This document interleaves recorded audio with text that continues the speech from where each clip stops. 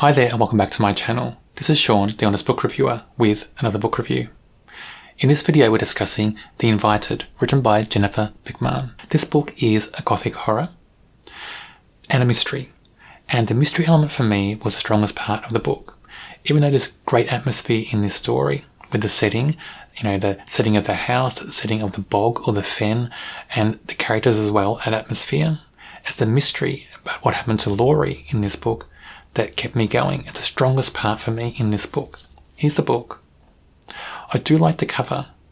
The cover draws you into the story as well. It's a very powerful cover in my view. Very simple, but very powerful. But this book is a great mystery. And if you like mysteries, if you like almost supernatural mysteries as well, I'm sure you'll like this book. Helen and Nate are married, and they're both ex-teachers. They recently retired or quit teaching to move out to the country area, I think in Vermont, and they bought some land and they want to build their own house. They got some money recently. Helen inherited money from her father. They think they got enough to build their own house.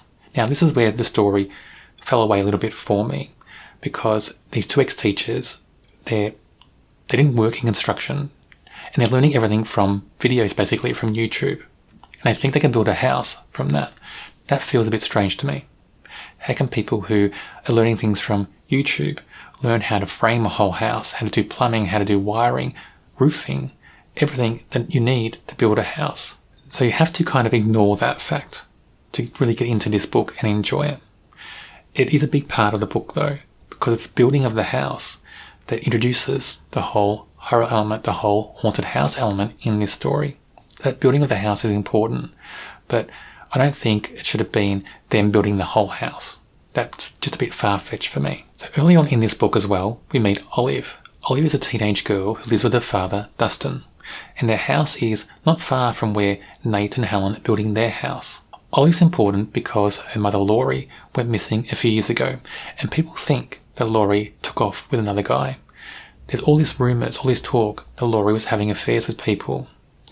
And Olive hears all these rumours, knows them all, and she thinks that happened. But she's wondering as well, in her mind, she thinks her mother could have met with foul play, some sort of danger. But nobody really thinks that in the town. So it's only Olive with those slight thoughts about that. But in her mind, most of the thoughts are with her mother running away and abandoning her and her father. Her father talks about the whole time that he wants her back.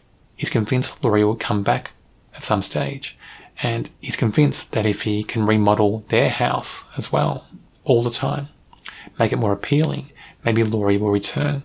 So in this book there's a lot of going on in this book with Dustin and Olive remodeling the house, knocking down walls, putting up new walls here and there, all sorts of things going on in the house. And this happens all through the story. But tied into this whole book, and it's a very important part of the book, is this folktale. It feels like folktale, basically, about this lady called Hattie, who was murdered by townspeople in the 1920s. So very recently, when you think about it, and she was killed for being a witch. It feels very strange that in modern day America, even in the 1920s, that somebody would be killed for being a witch. It's very odd, but it happened in this book. And it feels like a folk tale basically, because the story goes that before Hattie died, she had treasure, a lot of treasure, a lot of valuables, and she buried it somewhere in the bog. And nobody knows where it is. People have been trying to find it for a long time. And Olive is convinced about the story. Olive thinks that the treasure is real, because her mother always spoke about it being real. And before her mother vanished, Olive and her mother would go looking for it all the time. But it seems like building this house is changing both Nate and Helen in different ways. Nate is becoming obsessed with this white deer he keeps seeing in the bog, and he's spending a lot of time hunting for it, trying to get photos, prove it's real. Spending money on all these nature cameras, things like that. And he gets angry when people deny seeing it, deny it's real. He's convinced it's real and he wants to find it. Helen starts digging into the history of the area, especially Hattie, the lady who was killed for being a witch, and then also diving into other things that happened in different towns around the area. And as she dives into this history more and more, there are links. And also links to things going in their house. She's wanting to put things from the local area, from history, into her house, into the structure of the house. And she gets a wooden beam in one part, some tiles or some slate stone to put somewhere else, some old bricks to put somewhere. And all these different things are tied into buildings that had some sort of accident, disaster. And as new things get added to Helen and Nate's house, Helen starts seeing apparitions, new apparitions from back in time, people back in time, and they all seem linked. Everything seems linked to this Hattie character from the 1920s. So then Helen dives more and more into the mystery of Hattie, and she finds out about the treasure. So Helen is convinced there's a treasure as well. These hauntings keep going on in the house they're building, and it feels like ghosts from the past are trying to tell Helen something now. She's not sure what it is. She's trying to unravel that. That's the mystery as well in this book. I enjoyed the mystery element very much. I thought it was very strong. I want to know everything about Hattie and different people in the book, in this mystery, and I loved seeing Helen dive into that. In some ways, it almost felt like a cozy mystery, because it's a person not in, a police force, not in law enforcement, investigating it, trying to solve it. And it just feels like a cozy mystery in that way. But the darker cozy mystery, if one exists, and I enjoyed that mystery element very much. Also with Helen and Nate and the way they're changing, the author uses that very well for atmosphere. Nate's behaviour starts to change as well. It gets more erratic, more unstable, and you wonder if he can be violent and dangerous. And that's getting stronger and stronger as the book progresses, and that just adds a lot of atmosphere to the story. And you feel that Helen could be in danger from her husband. Is he being affected by something in the bog or in the house they're building? Is he getting possessed or changed in some way? And that atmosphere builds stronger and stronger and adds so much to this story. We see in this book, Olive helps Helen a lot in the investigation. They become friends in the book. And as they get closer to the truth, we learn more about different people in the town as well.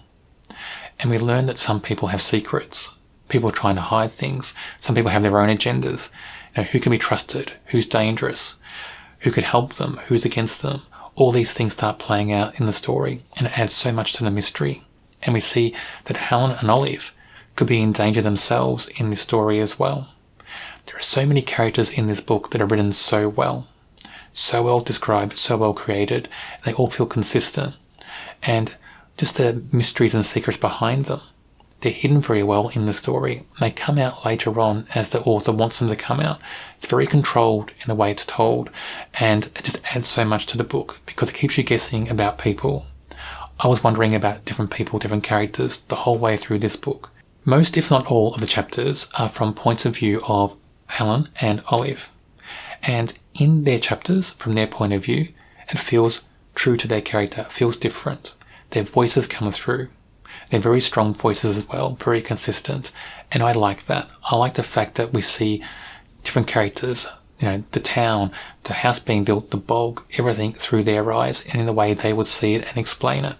It added so much to this story. I'm so glad that these two characters, their point of view, are so unique and different in this story. I'm just so glad for that because it just adds so much to the story and makes it what it is.